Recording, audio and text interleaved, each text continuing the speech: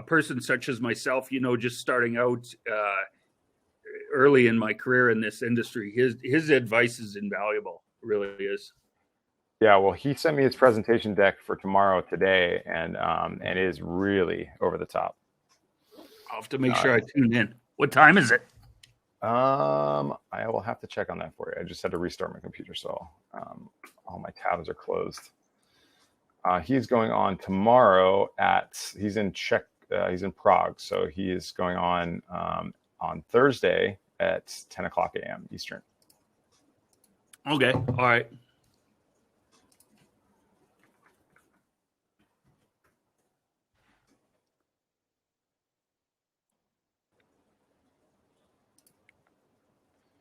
All right, just a couple more minutes, y'all. We're going to wait for some people to kind of filter in. But again, we got Kirk Reynolds from Sobreo. It's a non-alcoholic mixer, and he's in Saskatchewan and has launched his product 3 months ago, but has a kind of an interesting background, which will make him uniquely qualified to engage a market. So if you can understand the tech stuff, and if you follow Chris Maffeo and just do what he tells you to do, I think you'll be all right. I got to hold him to that now. Hey, free advice. Boy, I better be a millionaire off your free advice, Chris. 100%. 100%. I don't know if he's here or not. No, it doesn't look like he's here yet, but I will let him know for sure that he has a fan in you. Absolutely, he does. Yeah. I'll take a picture later on and I'll send it to you, Jason. Yeah, please do. All right, y'all. So let's go ahead and get started. I just want to introduce you guys all to Kirk Reynolds. My name is Jason Littrell from the Supplier Summit. This whole thing was my idea. I'm so glad that you all could be here to enjoy this information from people who know what they're talking about. And there seemed to be a gap in the market between buyers and sellers. And we're hoping that this Supplier Summit will actually bridge that gap a little bit and help us understand each other's roles a little bit better. Now, this is this talk is intended just for buyers, and it is about building healthier cocktails and healthier profits. I'll let you derive what you want to derive from this talk. But this is it's presented by Kirk Reynolds, the founder of Sobreo. It's a brand that's been around for 3 months. They have a line of non-alcoholic mixers, which go well with cocktails, from what I understand. I guess I should ask for a sample. So Kirk is going to talk about healthy cocktails in the no and low cocktail space, and how that can help you and engage more of your customers and improve your bottom line. Kirk, you want to take it away? Yeah, absolutely. Thanks, Jason. And I just wanted to say thank you so much, because I know that your hard work, you've really done a lot with Who's My Rep, as well as this Supplier Summit. And I mean, to pull off the stuff that you're pulling off as fast as you're pulling it off, I just have no idea how much energy and how much passion you must have for this industry and the people that are working in it. So I just wanted to say from the bottom of my heart, thank you so much. The interaction, the engagement in the communities has been something really impressive. And I just want to, help everybody else to understand that healthier cocktails are a way of life that are going to be coming. And it's not that we just want to be no and low. We need to look at all sorts of different dynamics from that. So just starting off, Kirk Reynolds, and I did spend 15 years on the Olympic shooting team. A lot of people ask me what my best results were. I come in 12th at the Olympics in 1996.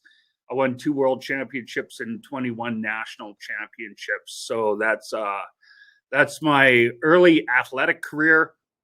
Previously, my last job, I was the former COO of a neuroscience research and advocacy group here in Calgary, Alberta, Canada.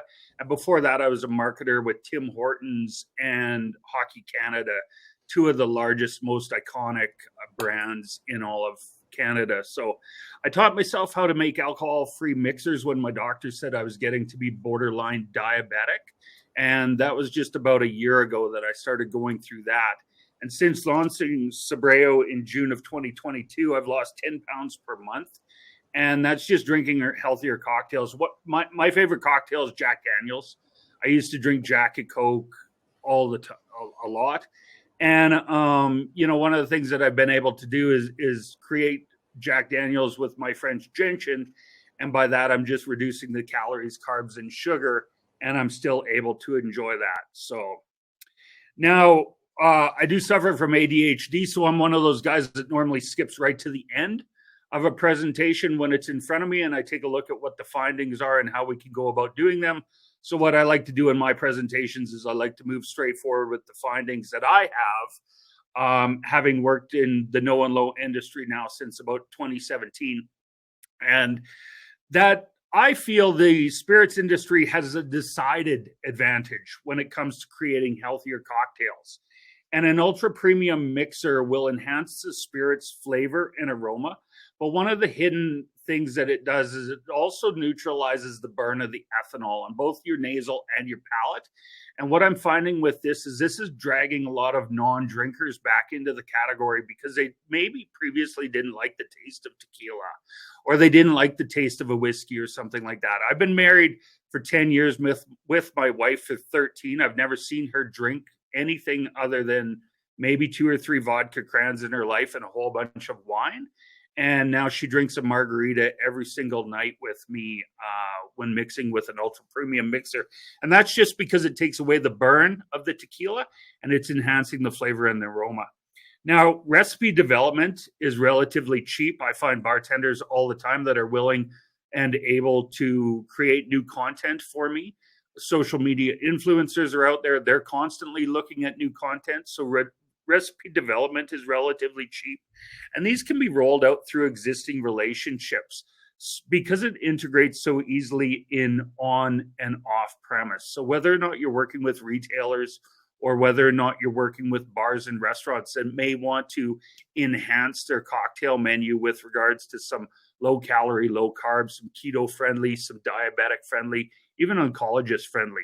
So because the consumer trends show that your customers want these products and they're actively searching out these products. So how do we do it? In my opinion, the spirits industry needs to pay attention to what it mixes with. Previously, as long as we were selling the spirits, nobody seemed to care what it was mixed with, whether it was a sugary pop or whether it was a sugary liqueur. But, some of the easy ways that we can do this is just replace the simple syrup with some healthier alternatives. That creates a cocktail that's got less calories, carbs, and sugar. Substitute a healthier mixer with a sugary secondary liqueur. That will create a cocktail that's got lower ABV with less calories, carbs, and sugar. Teach your brand ambassadors how to communicate healthier cocktails. Still use the original spirits that they're ambassadors for. The only thing that we're doing is we're changing up the way that it's mixed. And then we need to show on premise how these small changes to the menus. It used to be, Jason, that we could not go into a bar or a restaurant or anything, find anything that was vegan, anything that was gluten-free, anything that was allergen-free. Now we see these symbols all over the food menus, but what we need to do as an industry is we need to move these into the cocktail menus so that people have more choice. So that if a diabetic is looking for a beverage, they'll be able to find one. If somebody on a low-calorie diet is looking for something, they'll be able to find one. So show the on-premise how these changes to the menu can create large changes to their bottom line. And then lastly is educate the retailers that the mixer is an important part of the spirit sale. Most of the time, what I see when I'm in retail doing samplings and that is the on-floor staff will be able to help the individual find the spirit that they're looking for the occasion that they're looking for it. And then there's not even any talk of the mixer. But as we know, most spirits are mixed with something.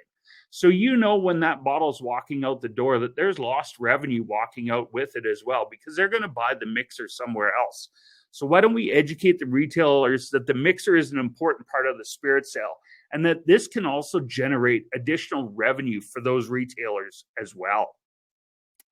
So the no and low alcohol market, it's still very much in its early growth stages in many categories and geographies.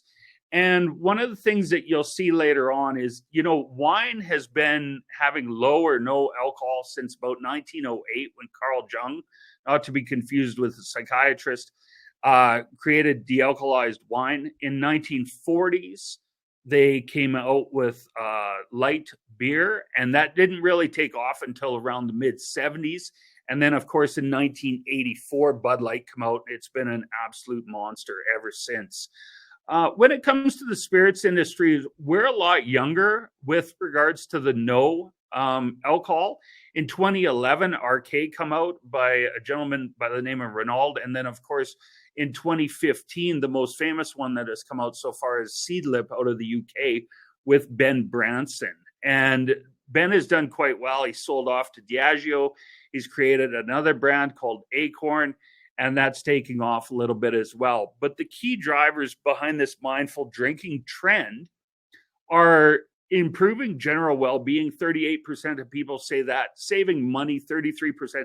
Now, I have a problem with the saving money aspect, because what I find is a lot of these no alcohol spirits, they're actually more expensive than the full alcohol spirits, which are completely loaded with taxes and everything like that. So I have a little struggle with the saving money aspect on that. It seems to be on par with if you're going to be consuming an alcoholic beverage.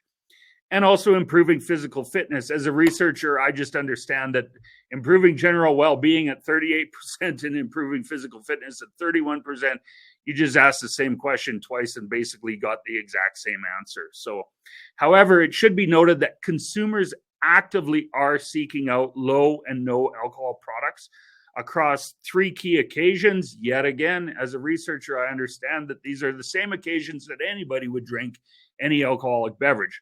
Low key moments of the day, you're kicking back, you're going to have a beer, whether that beer has no alcohol, low alcohol, completely full alcohol, whatever, it doesn't matter. Moments of casual conversation, most of those are over meals.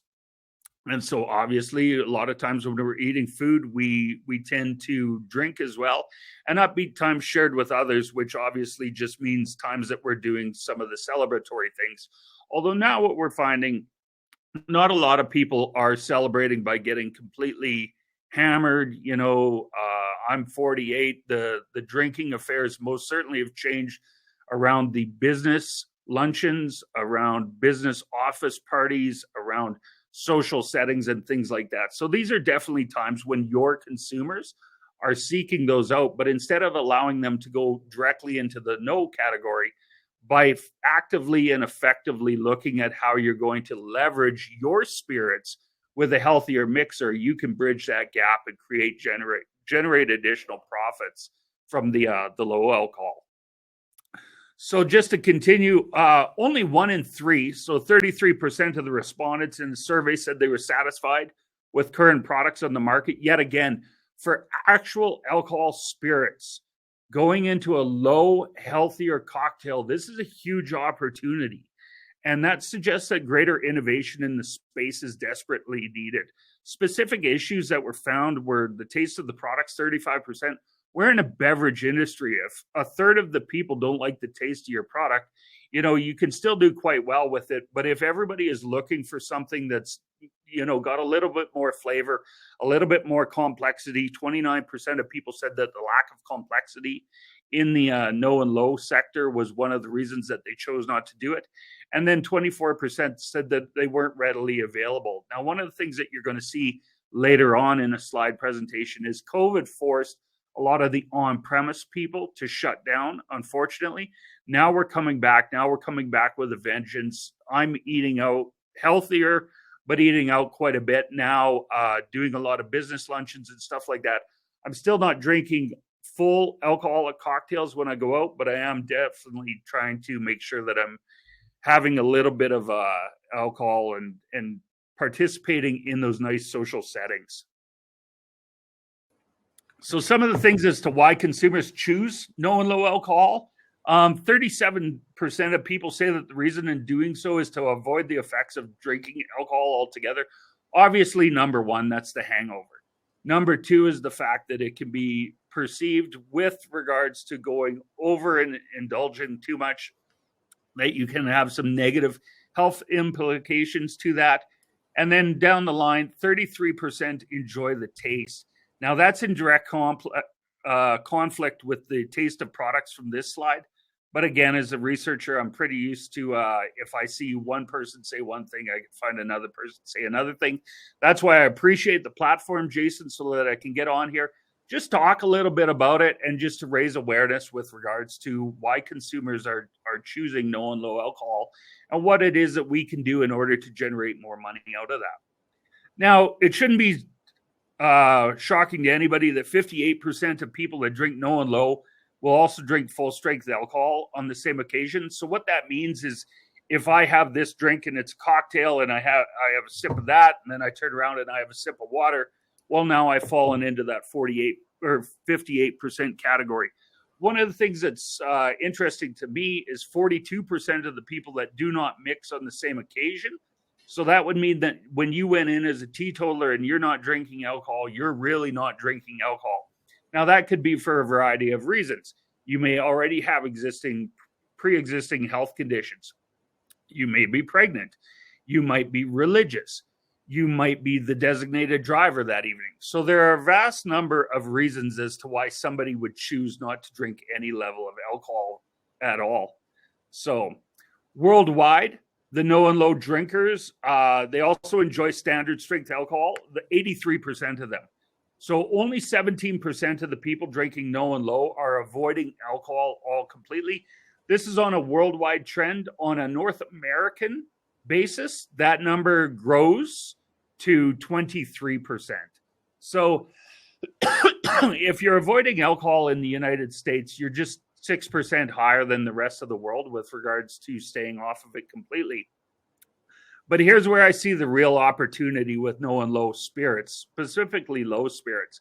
Right now, no and low beer has a 92% market share, with wine coming in at 7%, and spirits showing up as 1% on the chart, but it's only 0.6%. Now, the volume of spirits is gaining rapidly, and that's because of the huge influx of the no alcohol spirits that are being lobbed onto the market right now. But as we can see, a lot of people are dissatisfied with that. So if we started doing low alcohol cocktails that actually were healthier for you with a lower ABV, less calories, carbs, and sugar, we could most certainly take a decided chunk of this pie for the low alcohol people. Again, low alcohol products like spirits are particularly resonating with consumers in markets such as the US, who are becoming more mindful. We've already went through that, although growth of the no and low has been hampered by the absence of the fully functioning on-premise channel. As I said earlier, we're coming back with a vengeance right now. And this is a key way for us to bring the category closer to the consumers, making sure that the on-premise staff, the bartenders, the mixologists, the servers, the bar managers, everybody is on side with regards to this. Because like I said, when you go to the food side of things, you see so many products that are listed for so many different specific dietary requirements. But when you open the cocktail menu, there's only one thing. You know, it's an old fashioned, it's a Moscow Mule, it's a margarita. We just need to think of different ways to mix those cocktails in order to make them healthier. One could argue that the recent success of the hard seltzer category in North America is due to the category's positioning of low carb and low calorie. Hard seltzer drinkers see the product as a light, low alcohol alternative to other drinks. And obviously that category has taken off greatly. So why have the no and low spirits not taken off as much since 2011 or 2015, depending on which category you want to go with? What I find and what I hear in the market, and like I said, I've worked in this space since about 2017, is the synthetic taste. You know, some of the products are made in a lab in Germany. They most certainly do taste synthetic. You know, the perception that some of the products that are made coming out of the UK are much too watery. Well, I mean, if your product is 99.5 or 99.9% water, it's hard to make it taste anything other than water. Too high of a price point. It's higher than alcohol sometimes for these non-alcoholic spirits, but the alcohol is loaded with duties, customs, tax, excise, things like that, that the no alcoholic spirits don't have. So where it is that they're finding the higher price point is that they need to get out marketing and educating consumers how to use their product.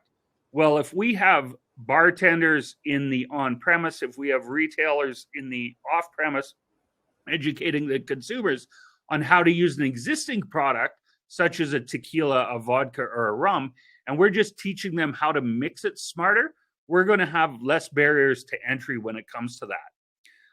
Some of the things that I have heard is some of the retailers have been burned stocking NA spirits and people only buy one time, and they've bought a sea can full of it. They may have sold half of a pallet, but they still have, 10 or 11 pallets.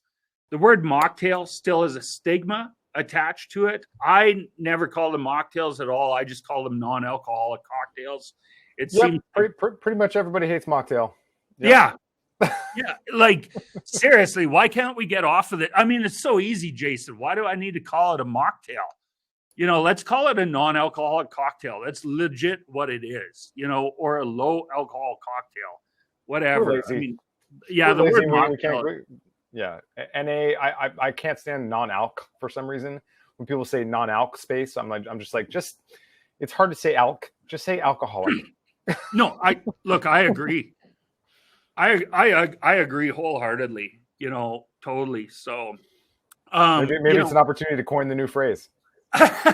Maybe Chris Maffeo will trademark it tomorrow. Right. So get out in front of us. The non-alc spirit. Sorry, I just did it. You just put it in my head, and I just did it for you. So. You're welcome. Yeah, thanks. So the non-alcoholic spirits. Some of these may contain glucose syrup. They'll have sugar as the second ingredient. That's absolute craziness. If you are looking at something to improve your general well-being and to improve your overall health, and you think that taking out 1 ounce of alcohol and replacing it with 1 ounce of something that, has sugar listed as the second ingredient, that's not healthier for you.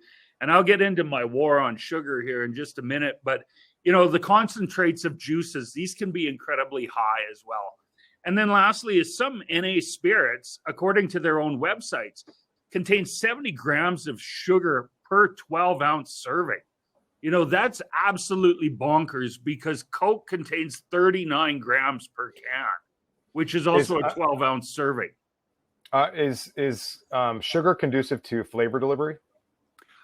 You know what? I actually don't believe that because my product has incredibly complex and deep flavors and doesn't use any sugar or any added sugars at all. So I don't believe that it is. I believe that we have a society, number one, that's addicted to the crack of the can, very much the same as Pavlov's dog. I really do believe that we're addicted to carbonated beverages, the cracking of the can. And number two is we're just addicted to sugar as a society in North America in general. 100%. I mean, have you looked at the statistics of Coke in Mexico? It's astonishing. They drink more Coca-Cola than they drink water. Right. Yeah. Cheaper, easier to find, might be more pure than the water that they're getting out of their wells. Realistically, if you take a look at that, Jason, there's no difference than at the turn of the century when people were coming over from Europe to North America as to why it was that they were drinking so much alcohol, and alcohol consumption went absolutely right through the roof, which then led to prohibition, or the Romans with wine. I mean, they drank it because it was pure. They knew it was decontaminated. Yeah, absolutely. So I mean, these are things that have been ingrained in our societies for hundreds, if not thousands of years. So, I mean, changing it overnight isn't going to be an easy fix or anything like that, but it most certainly creates opportunity. So, we've already talked about this, Jason, our sugar addiction as a society. I won't read through this, but I mean, one of the things with it that I've talked about before is my love of Jack Daniels and Coke. That directly correlated to my going from an Olympic athlete, 6'2", 180, to 6'2", 320 once I had retired. Sedentary job. Suddenly I'm doing all this other stuff. I'm going 5-star hotels, 5-star restaurants. I'm traveling around and stuff like that. I'm enjoying the high life. But in the end, it was absolutely the sugar. So if we could eliminate the sugar in a lot of our cocktails, we're going to be able to do a lot of good things when it comes to healthier benefits. Now, a lot of people say, okay, well, you're worried about sugar, Kirk, but alcohol is a type 1 carcinogen. However, if you take a look at the correlations between sugar and alcohol, they're almost identical. Consuming too much sugar is linked to an increased risk of heart disease, stroke, type 2 diabetes, dental cavities, and some types of cancer. Well, if you take a look at consuming too much alcohol, sure, you have higher blood pressure and you don't have cavities, but other than that, almost everything is exactly the same. And also it's related to some forms of cancer as well. Now, if you're talking about being a no alcohol person because you want to be sober or because you're sober curious, I have absolutely no problems with that. I grew up with an alcoholic father, with an alcoholic uncle. Both of my grandparents were alcoholics, and on my mom's side, 4 out of 5 uncles were alcoholics. So if you need to actively cut out alcohol in your life because it's creating such a huge problem, I greatly do understand that. But from my perspective, as an individual that did overindulge for a greater part of my 20s when I was on the Olympic team, the bigger problem for me health-wise came post-retirement when I increased the amount of sugar I was drinking and actually decreased the amount of alcohol. So, if alcohol was so bad for us, absolutely, they wouldn't be giving us guidelines with regards to it. This, on the bottom, you can see, comes from the Canadian Centre of Substance Use and Addiction, Volume 1. And it says that if you drink alcohol, limit yourself to no more than 2 drinks a day, maximum of 10 for women, 3 drinks a day, maximum of 15 for men. A drink is an ounce and a half. You know what, Jason? Like, if I'm pounding 4.5 ounces a day, I'm still consuming a good amount of alcohol that is said to be okay for us. When you look at sugar from the American Heart Association has the exact same style of warnings that alcohol does, but these generally get swept under the rug a little bit more, powerful lobbyists, different things like that. But the American Heart Association recommends no more than 25 grams of sugar per day for women and 36 grams of sugar per day for men. So as we've seen, 1 can of Coke actually puts you over that for both categories. And the consumption of sugar-sweetened drinks was associated with coronary vascular disease mortality, and artificially sweetened drinks like a Diet Pepsi, Diet Pop at all, were associated with cardiovascular disease mortality. So how do we make more money? Like, that's what I created Sobreo for, was to make more money. That's why people watching this are creating spirits, is they want to make money. Well, I mean, number one, care about how you're mixing your cocktails. If you're a gin manufacturer and you're putting together a gin and tonic, one of those 250 ml bottles of tonic may contain up to 23 grams of sugar. And when you put that into context, a Kit Kat bar has 22 grams of sugar. Like, which is healthier? You'd actually be better off to eat the Kit Kat than you would the gin and tonic.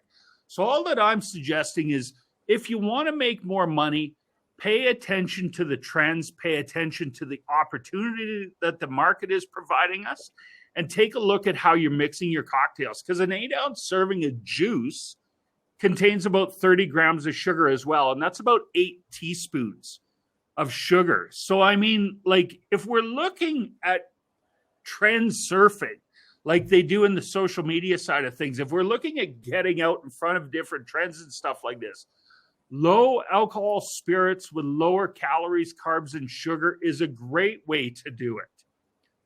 So start mixing your products with 100% alcohol-free products. This way you can mix them with alcohol for a lower ABV or without for a 0.0%.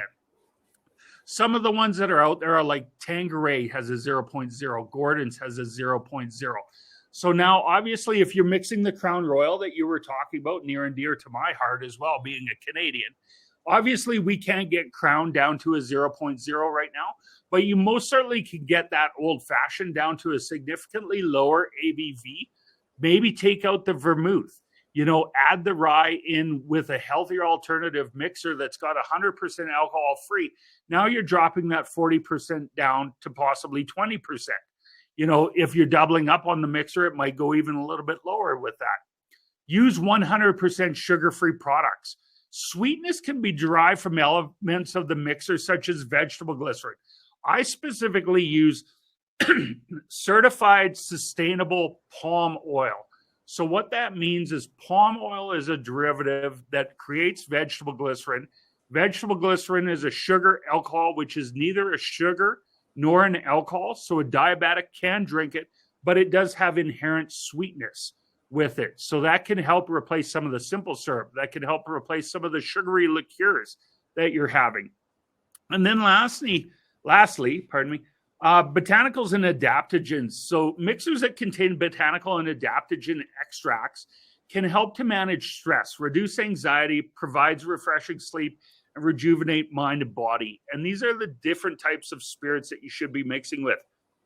I absolutely don't recommend anybody do this. However, one day I was smoking ribs, and as we do when we're smoking ribs, we drink. And I was mixing my product with Jim Beam. I also love Jim Beam. And, throughout the course of a 6-hour smoke, I wound up drinking 36 ounces of Jim Beam. And because my liver never... Yeah. That means that's no matter how you change, like, unless you had a handle, you had to pick up 2 bottles. That's 2 bottles. Even if you had a liter, that's 2 bottles. So, but the thing about it was my liver, because the sugar from the mixer doesn't shut down my liver, where the anhydrous then form the toxicity, which then leads to the hangover. My liver kept functioning throughout the entire day and the entire night. And I woke up the next day and I felt completely fine. So there are benefits to keeping your liver, unloaded from sugar. Keep it open, keep it processing the way that your body intends it to do in order to filter out the alcohol. So it's just one of those things to think about. We got a couple more minutes left. Sure. I'm going to give you a little time check. No problem. Retail. For years, retailers have known that spirits, when purchased, were going to be mixed with something, but they just let that money walk out the door. Show the customer how easy it is to mix a healthier cocktail. Let the customer taste this healthier alternative through sampling. Liquid to lips, it's incredibly important. Provide the customer with a choice and let the customer decide what's best for them. If you talk to them about it and they walk out the door still, you're actually not out any money. They were going to walk out and they were going to buy that Coke somewhere else anyhow. But if you're able to convince them to buy a healthier mixer, you've just generated an additional $18, $19, $20, $30 worth of incremental revenue. So on premise, it's the same as plant-based, sugar-free, gluten-free, or vegan menu items that I've talked to before. Adopt these terms on your cocktail menu. If you replace the sugary liqueur in a margarita, you can eliminate 80 calories per glass, reduce alcohol by 35%, reduce carbs 16 grams, and sugar by 8 grams. Now, here's the most important thing. The customer can drink 2 for every one that they previously would have drank with the classic cocktail menu. The healthier choice mixer may be 20% less than the sugary liqueur that you used to make it. You save that money as well. And you can also charge a premium on it because of its being healthy. When I go out with my wife, she eats sweet potato fries. And, we'll get dinged $2 extra just because they're healthy. And I mean, realistically, they come out of the exact same fry place that the other fries do. But because they're deemed healthier, they charge a premium on it. These are just different labels that you can attach to your cocktails. These are probably on your food menu already, but most certainly are not going anywhere on your cocktail menu. You should put them on your cocktail menu. A healthier choice mixer is diabetic friendly. A diabetic can drink gin, can drink tequila, as well as oncologist friendly, where just the other day I was called by a cancer survivor, said that their doctor recommended that they drink gin or tequila, but they can't find anything to mix it with. So they started mixing it with Sobreo. Give these people a reason to celebrate their health as well. And it makes it easier for your bartenders and your staff. So in wrapping up, what do you need to do? Don't change your spirit. Change your mixer. Embrace healthier cocktails that your customers and the market want. Encourage mixing healthier recipes with your spirits and promote healthier alternatives on your menus with different callouts. And with those callouts, teach your staff the benefits of healthier choice cocktails, and that if they upsell to the healthier choice cocktail, their guest has a better experience. the bar, the restaurant makes more money as well as the server makes money. So what you mix your spirits with is key to generating more revenue, because the odds are really good that you're not going to change what your spirit is right now, but you can change what your mixer is, and you can mix a healthier cocktail with it. So I'm Kirk from Sobreo. There's my contact information. And there's my lovely wife and I. We were just out at a pool party the other day, and I just wanted to thank everybody for their attendance, listening to me. And if you have any questions, Jason, I'd be more than happy to answer them. We got one quick question. So Marilyn was asking about where is this available in the U.S. market. I know the answer to this, and it's a great answer, but you go for it. Where can you get Sobreo? Right now, if you go to Sobreo.com, you can order it online from me. If you send me an email, if you're looking at wholesale or distribution accounts, I can get you set up with that. Mito Wines and Spirits are distributing it out of Missouri and Kansas, and Emergent Brands is distributing it out of Texas and Louisiana right now. But I mean, the good news is that it's non-alcoholic, so there's not less regulation. So you can do it through the mail if you want, right? So I can ship any way that I want. My product is classified as flavored water by the U.S. government. So I take care of all the customs and the excise and stuff like that, because people aren't used to shipping or receiving that. So we just take care of all of that for people. Amazing. Kirk, thank you so much from Sobreo. We're excited to taste your products. And thank you so much for taking the time to present at the very first Supplier Summit. We'll see you on Who's My Rep. Absolutely. And I'll see you tomorrow at the Chris Maffeo speech. Outstanding. All right. Thank you so much, Kirk. Talk soon. Thanks, brother. Bye. Bye.